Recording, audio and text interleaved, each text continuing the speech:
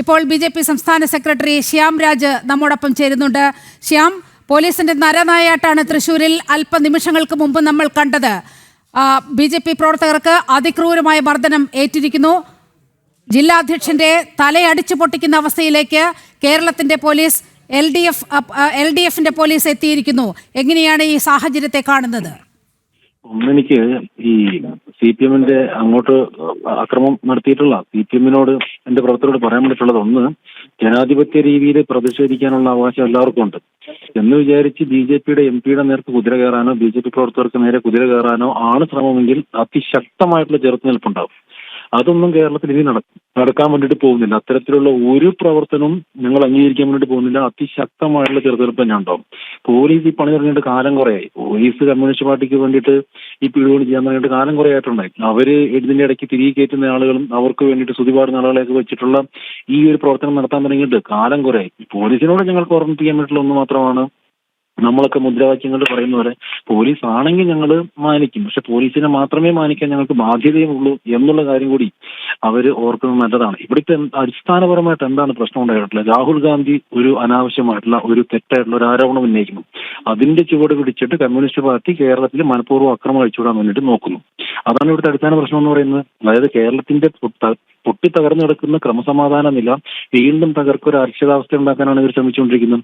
അതൊന്നും അംഗീകരിച്ചു കൊടുക്കാൻ വേണ്ടിയിട്ട് പോകുന്നില്ല. ഒരു കാര്യം കമ്മ്യൂണിസ്റ്റുകാർ നന്നായിട്ട് മനസ്സിലാക്കണം, അവരുടെ പ്രതാപകാലത്ത് പോലും അവർക്കൊന്നും നമ്മൾ വഴങ്ങി കൊടുത്തിട്ടില്ല. അതുകൊണ്ട് ഈ കാലത്തും വഴങ്ങി കൊടുക്കുമെന്നോ അക്രമം കൊണ്ടോ ഭീഷണി കൊണ്ടോ നമ്മളെ ഇല്ലാതാക്കാമെന്നോ തടയാമെന്നോ ഒന്നും വിചാരിക്കേണ്ട. അതിശക്തമായിട്ടുള്ള ചെറുത്തുനിൽപ്പ് തന്നെ ഉണ്ടാവും. ഈ തോന്നിവാസം ഇങ്ങനെ കാണിക്കാൻ വേണ്ടിയിട്ട് നമ്മൾ അനുവദിക്കുകയൊന്നുമില്ല. അപ്പൊ അതുകൊണ്ട് പോലീസും അതോടൊപ്പം പോലീസിനകത്ത് കുറച്ചുകൂടെ ശ്രദ്ധിക്കേണ്ട ഒരു കാര്യം കൂടിയുണ്ട്. കാരണം പോലീസാണ് ഈ ഒരു അക്രമത്തെ തടക്കേണ്ടിയിരുന്നത്. അപ്പോൾ അതുകൊണ്ട് കാക്കി ഇട്ട കമ്മ്യൂണിസ്റ്റുകാരും കാക്കി ഇടാത്ത കമ്മ്യൂണിസ്റ്റുകാരും മനസ്സിലാക്കേണ്ട ഒരു കാര്യം, ഈ രാജ്യത്ത് ഈ സംസ്ഥാനത്ത് എല്ലാവർക്കും സമാധാനപരമായിട്ട് ജീവിക്കാൻ വേണ്ടിയിട്ടുള്ള അർഹതയുണ്ട്.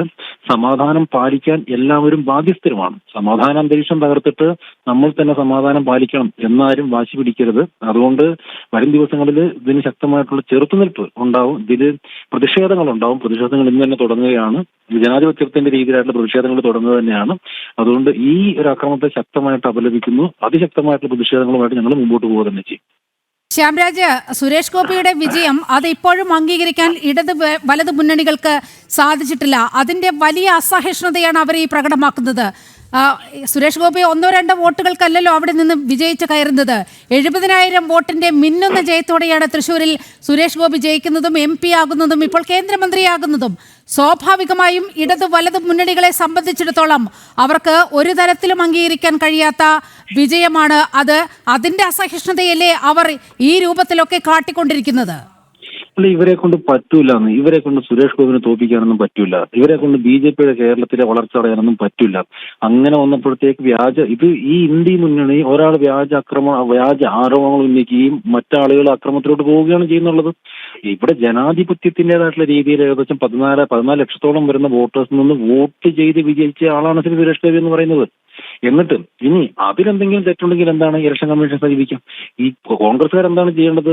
ഈ ഇവർ പറഞ്ഞ ആരോപണങ്ങൾ ഉറച്ചു നിൽക്കുന്നുണ്ടെങ്കിൽ അവർ ഇലക്ഷൻ കമ്മീഷനെ സമീപിക്കണമായിരുന്നു. അത് ചെയ്തിട്ടില്ല. പക്ഷെ അവരുടെ B ടീമായിട്ടുള്ള കമ്മ്യൂണിസ്റ്റ് പാർട്ടിയെ ഗുണ്ടായുസം കാണിക്കാൻ വേണ്ടി അഴിച്ചുപിടിക്കുകയാണ് ചെയ്തിട്ടുള്ളത്.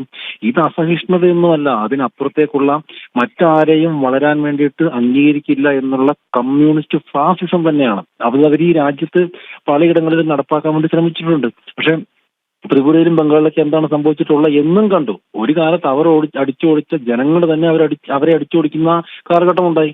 അതുകൊണ്ട് കേരളത്തിൽ അത് വിദൂരമൊന്നുമല്ല. ജനങ്ങൾ തന്നെ അവരെ ജനാധിപത്യ രീതിയിൽ പുറത്താക്കുന്ന കാലഘട്ടം ഉണ്ടാവും. ഈ അസഹിഷ്ണുത കൊണ്ടൊന്നും നമ്മൾ പുറകോട്ട് പോകാനായിട്ട് പോകുന്നില്ല. വളരെയധികം നന്ദി ശ്രീ ശ്യാംരാജ് ഈ ഘട്ടത്തിൽ പ്രതികരിച്ചതിന്.